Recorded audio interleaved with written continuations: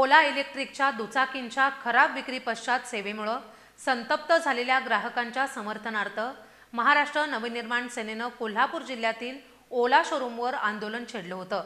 मुंबईहून आलेल्या ओला कंपनीच्या वरिष्ठ अधिकाऱ्यांनी दिलेल्या लेखी आश्वासनानंतर हे आंदोलन तात्पुरतं स्थगित करण्यात आलंय।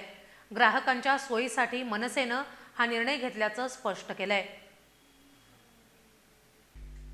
ओला इलेक्ट्रिक कंपनीच्या दुचाकी विक्रीनंतर ग्राहकांना तांत्रिक सेवा, रिपेअरिंग आणि स्पेअर पार्ट उपलब्ध न झाल्यानं हजारो वाहनं महिन्यांपासून बंद अवस्थेत पडून आहेत।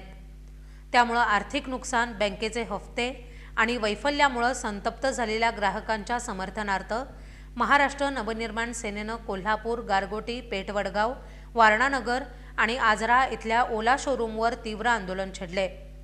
आंदोलनामुळे कोल्हापुरातील सर्वच ओला शोरूम सध्या बंद ठेवण्यात आले आहेत। ग्राहकांनी लाखो रुपये खर्चून वाहनं खरेदी केलीत, मात्र विक्रीनंतर आवश्यक सेवा न मिळाल्यानं 2 महिने ते वर्षभरापर्यंत दुचाकी बंद पडलेल्या आहेत। ग्राहकांवर कर्जाचे हप्ते, विमा आणि दुरुस्ती खर्चाचा ताण पडत असल्याचं मनसेच्या पथकानं मुंबईहून आलेल्या ओला कंपनीचे अधिकारी मनोज गायकवाड आणि रोहित धोंडे यांच्या निदर्शनाला आणून दिलंय। यावेळी ओला कंपनीच्या अधिकाऱ्यांनी ग्राहकांची अडचण मान्य करत क्षमा याचना केली आणि लवकरात लवकर सेवा सुरळीत करण्यात येईल अशी ग्वाही दिली। या आश्वासनानंतर मनसेनं ग्राहकांच्या सोयीसाठी आंदोलन तात्पुरतं स्थगित करण्याची घोषणा केली। यावेळी परशुराम चव्हाण, धीरज घोडके, सुरेश आदिमानी, राजेंद्र सूर्यवंशी, मोहसिन बागवान आणि अनेक ओला ग्राहकही उपस्थित होते।